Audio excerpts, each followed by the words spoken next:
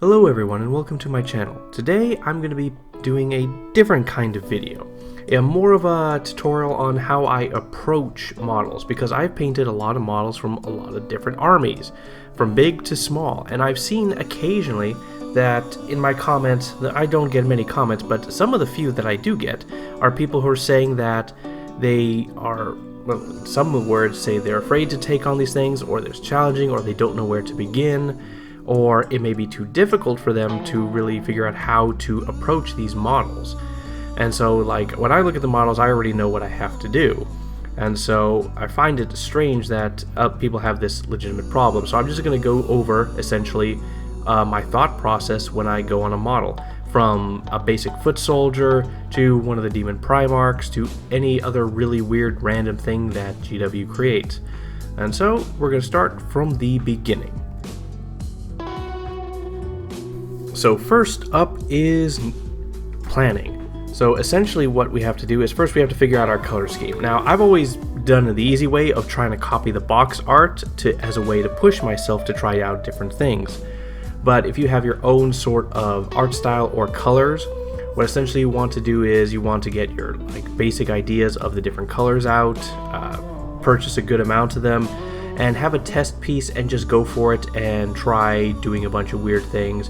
I tried recently with some lictors to copy the video game color scheme from Scorn. It took a few tries of going back and forth. It would have been better if I just did one model and then move on to the others. It would have saved me a lot of time, but that's not how I work for making videos for the channel.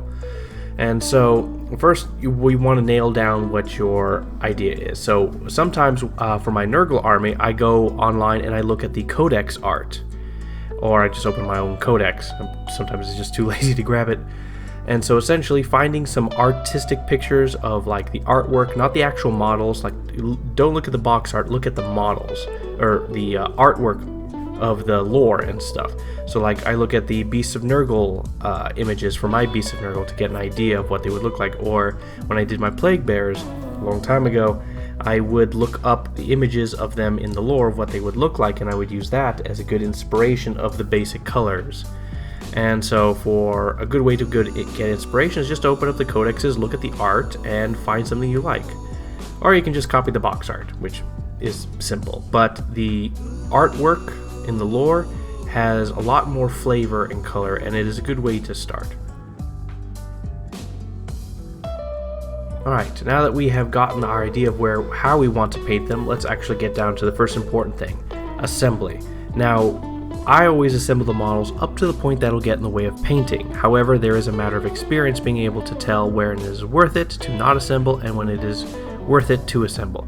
Or unfortunately you get stuck in this kind of a mid thing where it is bad to assemble it, but it's also bad to not assemble it. So here's essentially what. In some cases, for some models, recently a lictor that I painted, one of the lictors had an arm that would cover his face, the left side of his face. Now the problem is that it's so open enough that you can easily see, and if you can't get a brush in there, it's going to look noticeably bad from everything else. So the brush can't get in, but you can easily see everything. So clearly we should not assemble his arm because it'll get in the way of painting. Similar thing with other things, like I believe my Terminator Librarian. Some of his arms, one of his arms needed to be off, and the other one could easily be on because there was no way it would block access to the rest of his body, and I wouldn't have any trouble getting at his details.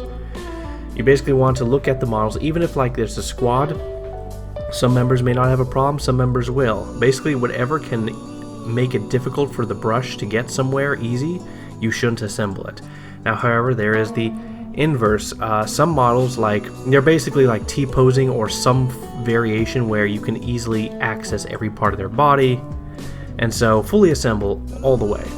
Then however, there is another aspect where it's bad if you do, bad if you don't.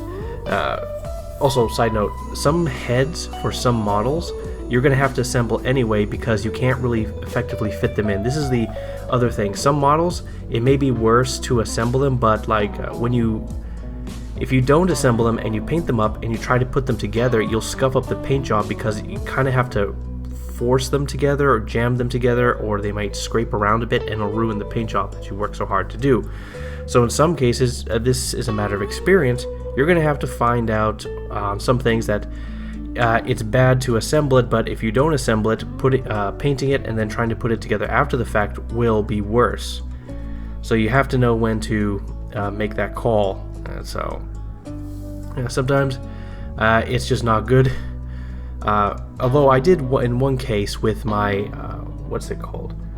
It's an orc warlord on a bike. Basically, his left arm had this giant crack in it, so I just painted a black tattoo on it to hide it. So yeah, that totally worked. And this is a matter of experience, and I've assembled and painted a lot of different models from GW. And so in general, you want to have easy access to everything. If there's something that may be difficult to put together after the fact, you might want to have to put it together. You just want to bite the bullet. It may slow you down and take some time to be extra cautious on it, but yeah, you're just stuck with it. And that's assembly. Alright, now for the first coats of paint. Now it's all assembled, it's all primed up to what we need. I prefer to use car primer because you can prime at any time of the year. If it's musty outside, if it's cold outside, if it's too hot outside, car primer is meant to work outdoors, and so it can work in all these different atmospheres. I've met some people who, when they do play with GW stuff and they paint their models, but they can only prime at certain times of the year because of the weather. Like, that's ridiculous, but it's what they do. And so car primer, very useful because it can work at all times of the year in most conditions, but always check to make sure it can work on plastics as well, and do a test piece on some sprues and stuff if you're unsure, and then just like a few seconds, just pass over and easy and done. Now on to painting. The first things you want to do when you're looking at a model, well, like in my case, for when I painted Angron or Magnus the Red, what you want to do is aim for the biggest parts of the body. And so like their open skin or stuff. Or if I'm painting a tank, it's going to be the main hull armor and stuff, not all the little details. The reason for this is it's fast and easy to just throw on a bunch of paint with wild abandon onto it and not really worry about hitting anything else. And so might as well knock out the biggest part of it with all the paint that you need, and then when it comes to the smaller, more detailed things, you can take your time with them. This is just how I handle it. Like with orcs, always start with the skin first because it's the largest area, usually. With tanks, it's the chassis and hull, not really the treads or any of their guns. After that, it depends on the model. Essentially, just look for the biggest part of the model that's exposed. Now, there's an exception to this, and you have to be able to find out where. Is if you look at the model and you see it and you think, this probably will be difficult to paint in a different order, so you might want to try to look for some parts of the model that, like, if you paint everything around it, you might accidentally ruin your paint job by trying to paint this one object. Like, you try to paint this little detail or something there, but you might hit everything else around it on accident. You might want to do those first. It's just a sad reality. Some models are like this. I can't really think of too many right now where I had this issue, but with experience, that's what it comes with. So biggest first, or really hard to reach parts first. So make your judgment call on that. Alright, so let's say you have your basic coats down, but there's like a lot of details. You're painting a character, and he has like 12 belts, 6 packages on each side, some weird vials of some kind, some medallions over around his neck, he has a cape, he has some stuff here and there on his legs that you don't know what it is, you can't really recognize it from the picture, and he's just a lieutenant from Space Marines or something like that. So that's one thing that GW has, mostly in its Age of Sigmar, but especially its Space Marines, is that its characters have a lot of knickknacks all around. And so, for me personally, when dealing with this kind of stuff, I just look at the box art, because I have no opinion on what some random vial looks like, or some random doohickey or medallion that they may have, or some random other thing that I can't even describe or mention, or even when I look at it, because of all the randomness that's in these models. So using the box art as a guide is pretty helpful, but it is also helpful to organize.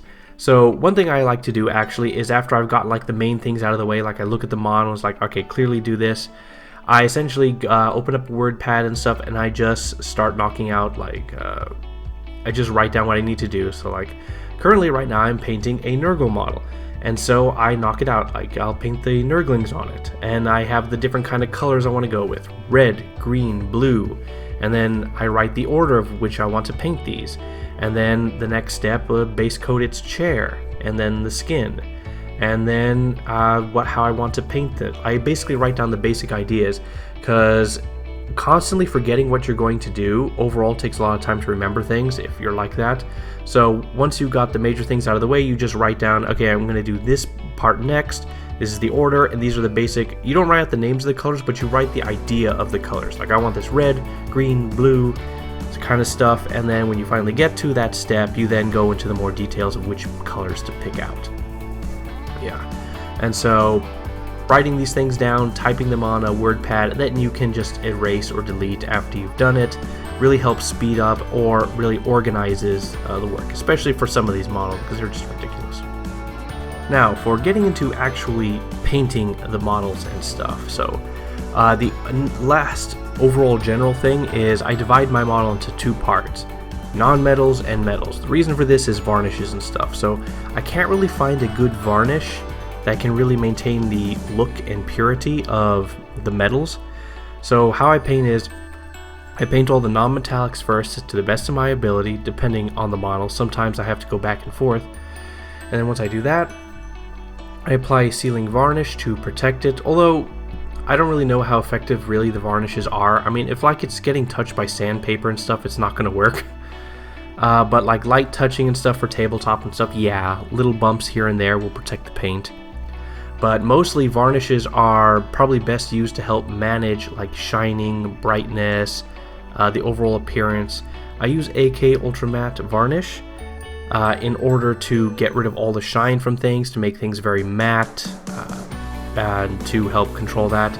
There's some others I use to increase glossiness or shine or something else, but mostly I've just used varnishes to help control the colors, and maybe it will help protect. I don't know, I treat my stuff very well, and so I actually don't know how effective the varnish is from bumps and stuff. I hope I never have to find out, but yeah. So anyway, after varnishing and stuff like that, I just divide the models. That's you want to plan well and look for stuff like that.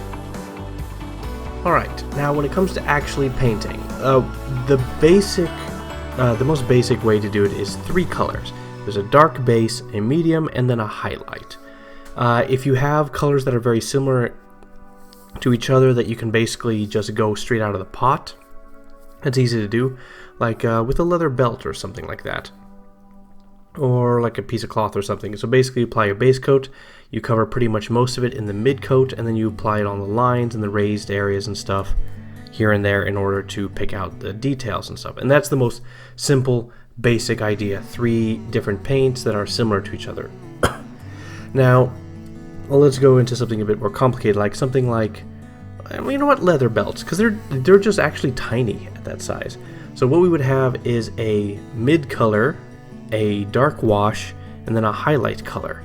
And so let's say we place the mid color on the belt, fill it in with a wash, re-highlight with the mid color, and depending on how bright that bright color is, essentially we can do a 1-to-1 mix with the mid color and the bright color and paint the edges and maybe do little chips here and there on the leather. And then we do a final one with the brightest color on the most raised areas, just a thin dot here and there. And that's a simple basic way of handling the paints. It's essentially 3 coats or 3 variations of that. Washes are pretty good for dealing with something with a lot of ridiculous detail like fur and stuff, a lot of crevices and stuff like that. It's a quick way to do it. Generally I want to stick to like 3 different coats, 4 coats for more detail. Fine highlights are very short, so they're quick to do, but it depends on how detailed you want to be. Let's say for Space Marine armor, a base color, and then depending on how close the second color is, you cover the highlights and stuff, and then just the highlight colors on the edges of the armor, stuff like that. Or if the colors are too far apart, you can do mixes in between to help the blending here and there, but that takes a lot of time and it's probably not worth it if you have like 10 of them and you want to do. Airbrush is a quick and easy fix, but hey, it depends on what we want to do. So as far as that goes, yeah, essentially I try to stick to 3. If I want a super detailed model, I'll go with maybe 4 or 5. Now, the other thing that's very important is thinning your paints. I use a wet palette that I made from like a dog dish, the top part. It works pretty well and it fits in with everything, and I use a parchment paper on top of a paper towel and fill it with water. It helps the paint to last longer. But when I dilute it with water, when you take it out of the pot, it sort of retains itself, sort of like honey, you know, like that consistency. And so I add water until it no longer can stand on itself and it's just like flat, like regular water, or it has the consistency similar. It can't stand anymore. If it's solid and it still gels a little bit, maybe that's a little bit too much paint. Need a little more water to help it flow better. And that's a good start. Now, if you want to do very thin blends, you basically add water, and more water until basically it's more like you got some paint in your water. And then you can do thin brushes here and there to add more finer highlights or details. I'm still experimenting on that on my own, but it just takes a while and takes some time. It's not useful for the regular troops. Alright, moving on to oils. So essentially, these are a mixed bag. So they essentially can easily fill up tons of gaps. They add an interesting sheen or look to the model and can be wiped away any excess or spill over with a makeup sponge or with some mineral spirits mixed with a brush, and you can easily remove it. And you can use a hair dryer to rapidly dry it. So it has a lot of pretty good uses. The negatives of it is that any paint you want to apply on the surface afterwards, it acts like there's no primer on a model. Like, it takes a while for it to grab on, even after like a day. So while using oils is pretty good in the short term, your overall workflow of like you're working and then you kind of can't really work too well for like a day or so is a bit of an issue. You can try to brute force it, but it has some problems. So oils, they have a lot of uses. They're pretty good for oil washes, but man, it can slow you down. In truth, honestly, I find that I can paint faster without an airbrush and without oils. I just get a regular paintbrush, the contrast paints, and regular paints, and just water, and I can go faster. But it requires a lot of focus. You have to have a good vision in your hand, in your mind, and yeah. But that's a skill thing. It might be different for you, and in some cases, it might just be more better to use oil washes if you're painting. If you have like 20 neophyte hybrids from Gene Stealer cults, and you couldn't be bothered to apply depth to all of them, just a little oil wash over all of them would be faster than trying to do it by hand. So let's keep things in perspective. Alright, and now on to bases. I have no opinion on this because I currently suck at it and I'm still working on it, so don't take any advice from me and I won't give any. Alrighty then, now let me give a few examples. Now I'm going to show some models that I have never painted before, and I'm going to go over, like, just from a glance, how I would paint them. However, I've completely forgotten what they're called, their names, or what armies they belong to. So, yeah, so bear with me on that one. Alright, first up we have this ghost-looking guy from Age of Sigmar. Don't remember the army, don't know his name. Alright, so first, obviously, after priming, by the looks of things, assuming that the back, the thing he's wearing on his back can be done without assembly, I would keep that off. So whatever he's carrying on his back would be separate from his main body if I could help it. If not, well, we're stuck with it. So what I would first do is I would paint the cloak first with a dark color and then to a bright highlight green. So maybe 3 colors. I would do the dark green, then I would do a mix with a dark green and a mid color to blend it out, water it down a bit so that it flows better, apply a few coats of that. Hair dryer helps speed that up. Then go to the mid color, covering around maybe half, going from dark to light, so the tips of his thing would be brighter. Then I move on to the brighter color, a mix of the mid and the highlight, and then finally moving on to the highlight that would only be on the most raised edges, tips, stuff like that. Now in the image you'll notice that his cloak, while it is green, it is also blue. The top part of him has blue highlights. So you could do that. You could go from this dark, the top part, you could follow the box art and just do some dark blue leading up to some light highlights of regular blue. Then moving on from that, he has like this wooden cross thingy, or sort of like actually a slingshot on his back. So we would focus on the large part, which would be the wood, which would be simple. I probably would have done some pre-coating with some dry brushing and then just hit it with a light coat of something thinned down to add color. But you can just paint it with a flat color, then paint just straight on a mid color, no mixes in between, just to paint out the fill in parts of the wood grain and stuff like that, and then a fine highlight. We're going for strong contrasting colors here, no subtle mixes in. On the cloak, subtle mixing and flowing of colors, but on this wood thing, harsh lines. Alright, then after that, we would focus on probably the small details like whatever the wood tools he has on his metal pieces there, the skull he has. Actually, I'd probably do the skull next, then the flame that would come out of it. That's fairly straightforward. Start with a light green, then go to yellow, and then a dark reddish purple, and then with some light highlights of one color that goes all throughout. That's simple. The stone cross is simple as Dawn Stone, maybe some Nuln Oil to add in extra details. Re-highlight with Dawn Stone and maybe some administrative gray here and there just to pick out the details. That's nothing. Then we go straight to the metals.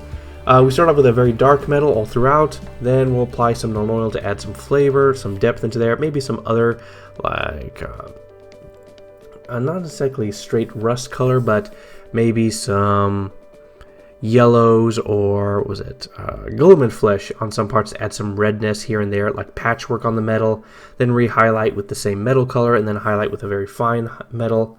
As far as the weird thing that he has hanging off his face, you can start with a bright metal color and add some washes of Gilliman flesh here and there, water down a bit to transition the color of the metal, then just re-highlight the edges.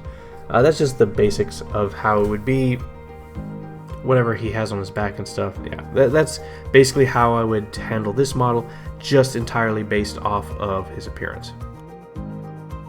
Alright, we got this random infantry guy from what I'm going to assume is the Imperial Guard.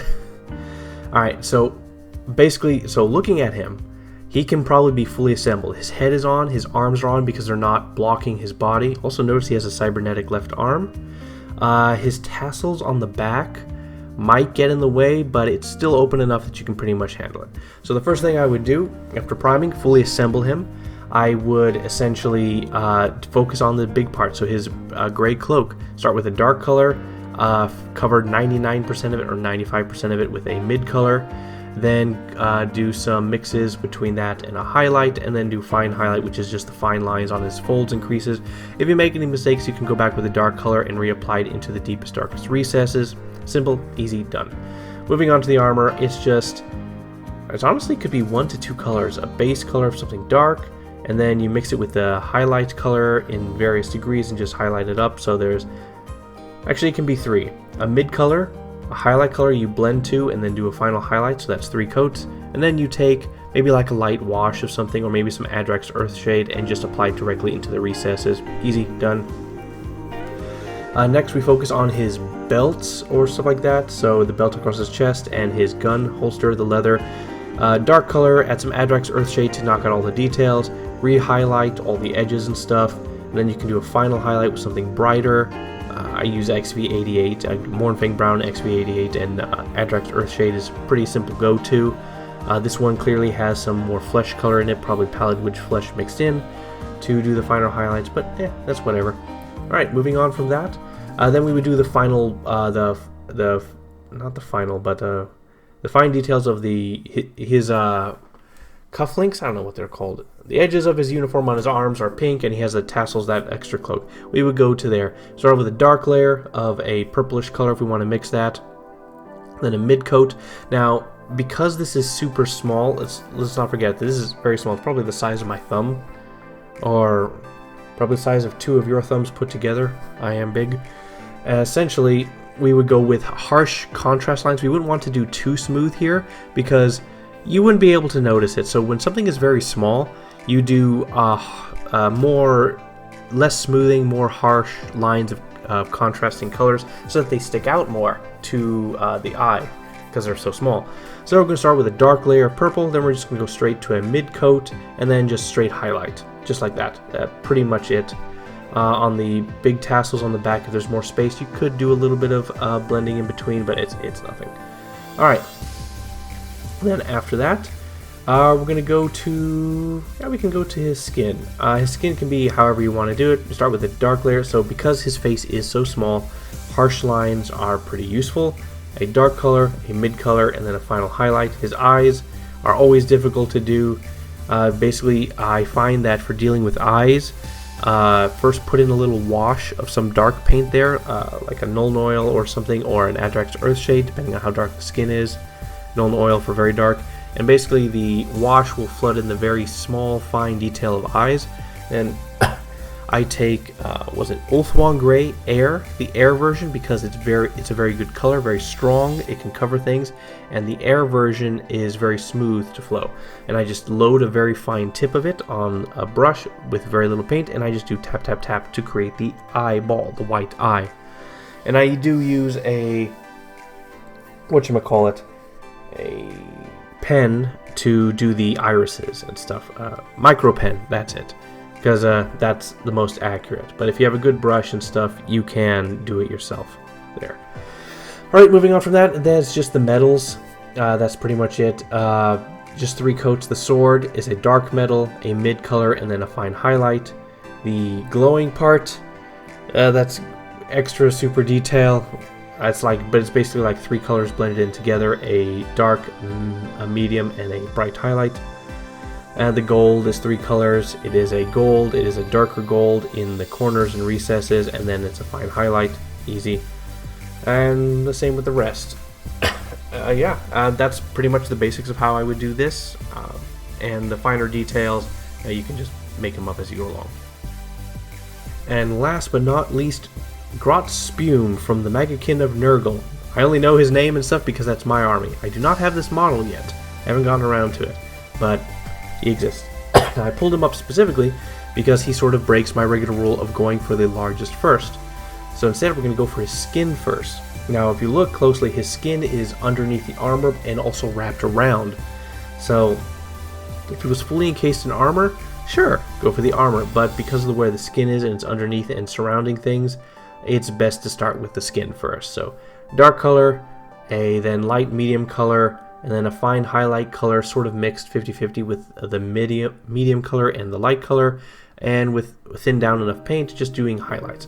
Now I also noticed that because he's Nurgle, he has a lot of like purplish crevices, so I would take like maybe a thin purplish wash or paint or stuff, thin it down a lot, and just paint it directly into the recesses, some of the recesses, to add color. Some of his wounds and stuff he has that as well, so very light, a very little paint apply there. To make the wounds interesting. So he also has tentacles that come out of him that are a raid of color. So I would just go straight with the strong, so on here, the green color, I just take a pure mid-tone green, and then I would just water it down and then just do like some layers, touch the pink flesh, and just pull away from it towards the tentacles. Do this once or twice, and it'll build a small transition. And then I would go to a darker green to paint directly into the recesses, because it would just be easier that way. And then I would just take thin down colors of the turquoise, and then the purple on the tentacles and stuff, and just build away from that. Just multiple layers of a very thin down paint will just do this easy. Alright, then after that, then I would go to his armor, just knock that out with a dark green, and then a mid-tone on the upper raised areas, and then a highlight on the edges, and then a fine highlight on the very most raised areas, edges, and stuff. Now his axe, I'd probably just do that next, or probably his cape, but we'll start with the axe. So do the wood shaft first, because it's like underneath everything else, and then I would just do the straps on his axe. Simple, easy, done. After that, his, whatever that is cloak. I mean, on the box art, it's a dark color, there's a medium color on the flat open planes of the thing, and then a highlight, and then a fine highlight. So there's 4 coats of paint there, minimum 4 colors. If you want to add more depth, you can just, after you do the base coat color and the mid color, you can probably take a mix of the mid color and the highlight color, the first highlight, and just go up and down, paint lines up and down to sort of create a cotton or a cloth kind of look. And then add a bit more of the highlight color into the medium color and do it all again, and it creates this somewhat textured appearance.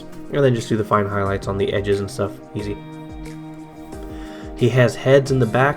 You can just paint them like the skin, but I like to paint mine with a pure flesh color and then add washes in it to add stuff like purple for bruising, some plague bear's flesh to add some green to his color. The hair doesn't matter.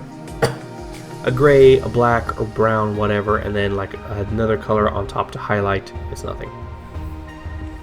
As far as the brass on his box set is 1, 2, 3, 4 colors. So a mid-tone, there's a darker tone, very rarely in some of the places. There's the turquoise, and then there's the highlight. So 4 different colors, all closely spread out. Excuse me, I'm coughing a lot. Oh yeah, and he has some belts here and there and some chainmail, but that's like nothing. And that's just the overall general way to paint this guy, just based off looks, following my rules of how I would do it and handle him. Simple, easy, done. Alright, I've rambled on long enough. This is basically how I handle all my painting, all my work, everything from big to small. No task is too daunting, just tedious. Like Magnus's wings, because my goodness, that took a while. So when push comes to shove throughout all the stuff, experience goes a long way. I am not a master in any way, sense of the word. I'm not an heavy metal team. I have a limited color palette. There's a limit to what I know on what colors blend together, and I'm still learning, ultimately. But the thing is, I'm stuck between my style of time, which is how to do the most effort in the least and shortest amount of time, and the desire for doing better in quality. And I'm beginning to find over time that just using a simple brush, I can do things much faster than using fancy tools. I mean, use a fancy brush, but like fancy other tools. So, alright, this is different from my usual content because I've just been super busy. Life has been rough. But anyway, like the video if you like the video, share if you want to share it, comment if you want to comment, or if you have any extra questions or maybe something was not clear to you, just ask and I'll do my best to answer it. Give context to it if this video, if you see this video down the line some months or maybe a year after the fact, give me some more context so I can actually understand what you're doing instead, so I don't have to rewatch the whole video to understand your weirdly worded question. Alright, so that's all for now. More to come soon. I'm trying to get onto that. Bye.